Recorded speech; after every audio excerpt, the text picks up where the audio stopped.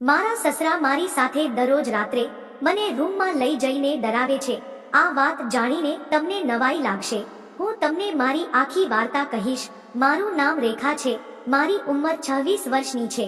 મારા લગ્નને 3 વર્ષ થયા છે. હું દિલ્હીમાં રહું છું. મારા મામાનું ઘર ભાગવતમાં છે. મારા પતિમાં કશાની કમી નથી.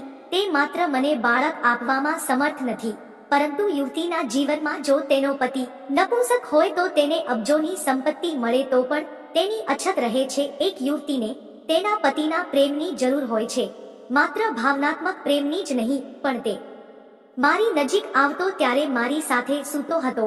તે અડતો પણ નહોતો, મને કંઈ કરતો નહોતો. થોડો સમય મારું લગ્ન જીવન ચાલ્યું. મારા પતિ એકલા જ છે. ઘરમાં સસરા રહે છે અને સાસુ નથી. મને ખભાની જરૂર હતી. મારા સસરા એ મારું ખૂબ ધ્યાન રાખ્યું. મેં મારી બધી વાતો તેમની સાથે શેર કરવાનું શરૂ કર્યું અને તેમને કહેવાનું શરૂ કર્યું કે મારી સાથે શું સમસ્યા છે. મેં તેમણે કહ્યું કે મને ફક્ત એક બાળકની જરૂર છે. ત્યારે તેમણે કહ્યું કે હું બાળક કેવી રીતે તને આપું? તમે કોઈ જગ્યાએથી દત્તક લઈ શકો છો. પણ મેં કહ્યું કે તમારો દીકરા માં ખામી છે. જ્યારે મારામાં કોઈ ખોટ નથી તો હું બહારથી બાળક કેમ લાવ? તમે મારી મદદ કરો. પછી તેમને મારી કાળજી લેવાનું અને મારી જરૂરિયાત પૂરી કરવાનું શરૂ કર્યું. જ્યારે પણ મને કોઈ વસ્તુની જરૂર હોય ત્યારે તે મારા માટે લઈ આવતા હતા.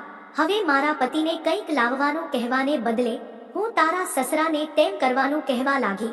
તેમને દરેક કૂંપણને ભરવાનું શરૂ કર્યું.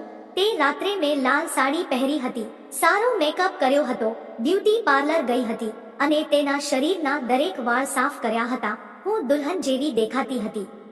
નીચે આવીને મેં મારા સસરાના ચરણ સ્પર્શ કર્યા અને તેમને સલામ કરી. તેમણે મને ઊંચકીને પોતાના હાથમાં લીધી. મેં મારી જાતને સોંપી દીધી. ફક્ત બાળક માટે મેં મારા સસરા જોડે સંબંધ બાંધી. એક દિવસે મેં મારા પતિને વાત કરી કે હું માં બનવાની છું. મારા પતિ તે દિવસે ખૂબ ખુશ થઈ ગયા અને મારી સાથે સારો વ્યવહાર કરવા લાગ્યા.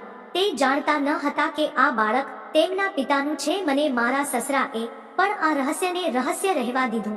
વિડીયો પસંદ આવ્યો હોય તો વિડીયોને લાઈક કરી ચેનલને સબસ્ક્રાઇબ જરૂર કરશો. ફરી મળીશું એક નવા વિડીયોમાં.